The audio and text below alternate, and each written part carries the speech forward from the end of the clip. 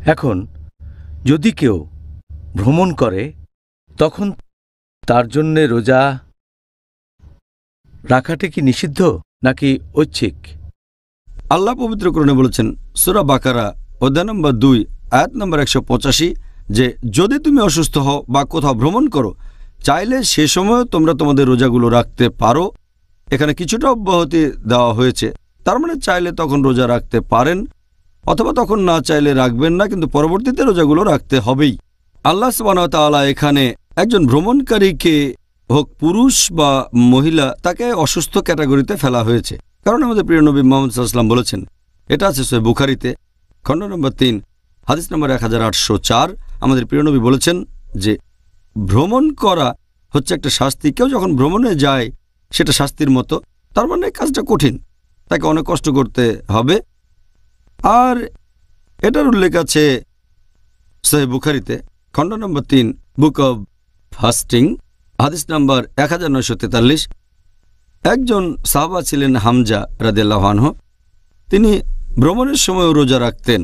নবীকে জিজ্ঞেস করলেন যে ভ্রমণের সময় রোজা রাখবো নাকি রাখবো না। তখন নবী বললেন যদি তুমি চাও তাহলে রাখতে পারো, আর যদি না চাও তাহলে রাখবে না। তার মানে ব্যাপারটা হচ্ছে কেউ রোজা রাখতে চাইলে রাখতে পারে, যদি না রাখতে চায় তাহলে রাখবে না। যেমন ধরেন একজন লোক ভ্রমণ করায় অভ্যস্ত, ভ্রমণে তার তেমন কষ্ট হয় না, যদি সে রোজা রাখতে চায় কোনো সমস্যা নেই, তার জন্য ভালো। আবার কারো হয়তো ভ্রমণে কষ্ট হয় আর সে রোজা রাখতে চায় না, তাহলে রাখবে না। এটা আমরা হযরত আনাস রাদিয়াল্লাহু আনহুর সেই হাদিস থেকে জানতে পারি। তিনি বলেছেন, এটা আছে সহিহ বুখারীতে খণ্ড নম্বর 3 হাদিস নাম্বার 1947, যে হযরত আনাস রাদিয়াল্লাহু আনহু তিনি বলেছেন যখন আমরা নবীর সাথে ভ্রমণ করতাম সাহাবীগণের কেউ কেউ রোজা রাখতেন, অনেকে রোজা রাখতেন না। তবে যারা রোজা রাখতেন তারা তাদের সমালোচনা করতেন না যারা রোজা রাখেননি, আর যারা রোজা রাখেননি তারা রোজদারদের কোনো সমালোচনা করতেন না। তাহলে এখানে ব্যাপারটা ঐচ্ছিক, কষ্ট সহ্য করে রাখতে চাইলে রাখতে পারে, আর তখন না রাখতে চাইলে সেটা পরে করতে হবে। তাহলে আমরা বুঝতে পারছি যে এটা হলো ঐচ্ছিক। ঠিক বলেছেন।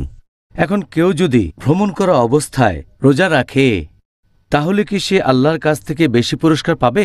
আল্লাহ তাআলা এর আগের আয়াতে বলেছেন সূরা বাকারা অধ্যায় নম্বর 2 আয়াত নম্বর 184 যে কেউ অসুস্থ অথবা ভ্রমণ করলে সেই রোজাগুলো পরে রাখতে পারে, অথবা যার জন্য রোজা রাখাটা কষ্টকর সে রোজা রাখতে পারে, অথবা ক্ষতিপূরণ দিতে পারে, গরিব লোককে খাইয়ে দেবে।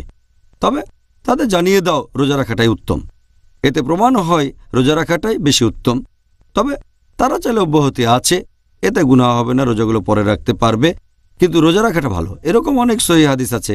আমাদের নবী মুহাম্মদ সাল্লাল্লাহু আলাইহি ওয়াসাল্লামের একটা সহিহ হাদিস, এটার উল্লেখ আছে সহিহ মুসলিমে খণ্ড নম্বর 2 বুক অব ফাস্টিং হাদিস নাম্বার 2492, যে একবার সাহাবীগণ নবীর সাথে ভ্রমণ করছিলেন।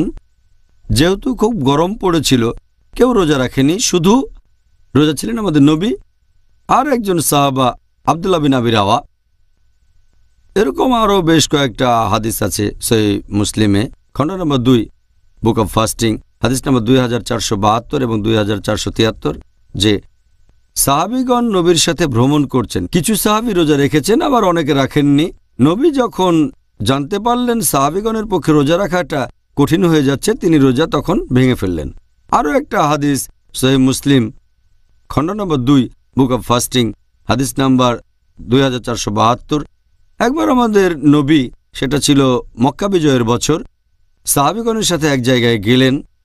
তিনি বুঝতে পারলেন যেসব সাহাবী রোজা রেখেছিলেন তাদের জন্য রোজা রাখাটা কষ্টকর হয়ে যাচ্ছে। তখন আমাদের নবী আসরের নামাজের সময় এক পাত্র পানি নিয়ে পান করলেন এবং রোজা ভেঙে ফেললেন। এতে করে আমাদের জন্য সহজ হয়ে গেল।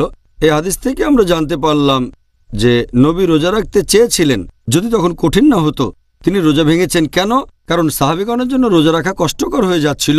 আমাদের নবী তার সাহাবীগণকে কোনো সংকটের ভিতরে ফেলতে চাননি, সেজন্য রোজা ভেঙেছেন। তবে এখান থেকে আমরা জানতে পারি রোজা রাখা ভালো যদি রাখতে পারেন, যদি না পারেন কোনো সমস্যা নেই, আপনি এই রোজাগুলো পরে রাখতে পারেন। এছাড়াও আমরা জানতে পারি যে রোজা রাখাটাই বেশি ভালো। কেন? কারণ যদি কেউ পরে রোজা রাখতে চায়, যে ভ্রমণ করছে, আল্লাহ না করুক যদি সে ভ্রমণ করতে গিয়ে কোনো কারণে মারা যায়, তাহলে তার এই কাজটা অসম্পূর্ণ থেকে যাবে, যে কাজটা ফরজ। তাই ভ্রমণ করার সময় যদি কেউ রোজা রাখতে পারে তাহলে তার জন্য রোজাই বেশি ভালো। আর এছাড়াও যখন ভ্রমণ করবেন এই পবিত্র রমজান মাসে, দেখবেন আশেপাশের লোকজনও রোজা রেখেছেন। এভাবে দেখলে ব্যাপারটা বেশ সোজা। যখন বাড়ি ফিরে আসবেন রমজান মাস শেষ হয়ে গেলে, যদি একা রোজা রাখতে চান আর অন্য কেউ না রাখে, তখন এটা বেশ কঠিন কঠিন লাগে। তাহলে এটা একটা অন্যতম কারণ যে ভ্রমণ করার সময় যদি কষ্ট সহ্য করে রোজা রাখতে পারেন তাহলে ভালো, সওয়াবও পাবেন বেশি।